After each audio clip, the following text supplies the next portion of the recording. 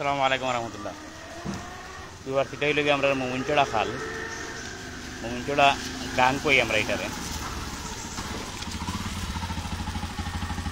মোমিনচড়া খালর পানির যে লোড যাতে পারে না এখন আগের মতো ওদহকা অবস্থা।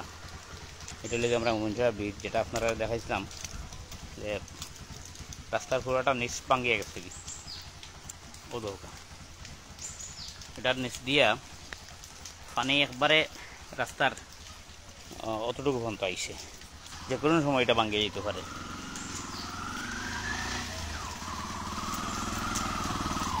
তাই লেগে আমরা মোমিনচড়া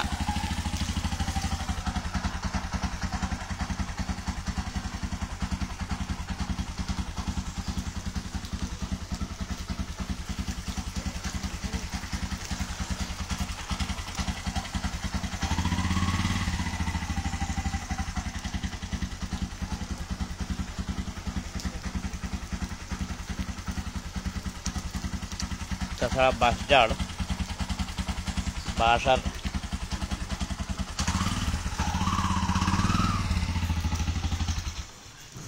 তার অবস্থা দেখো, এই অবস্থা। এই একটা ঘরের একবারে পার্শ্বস্থইটা, তার অবস্থা খুবই খারাপ। যদি এই নদী থাকি ছোটো আর খাল থাকি বড়, এটাকে আমরা সিলেটি ভাষায় আমরা গাং কই। তো এটা যদি এখনো ব্যবস্থা না নেওয়া হয়, এটা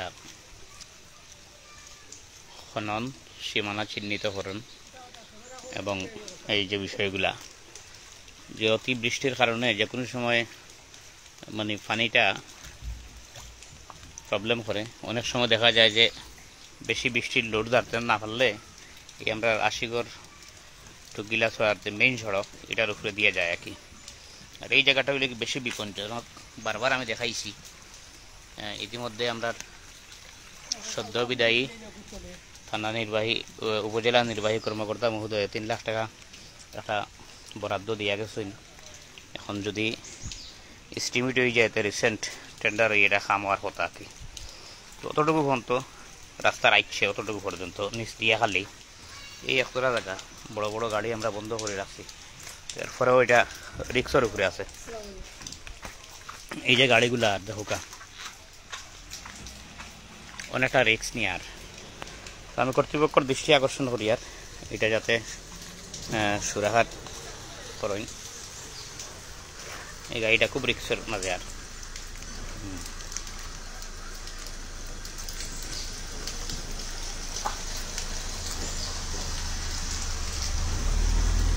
সব্বারা দেখোকা, এটা একটা ব্যস্ততম রাস্তা।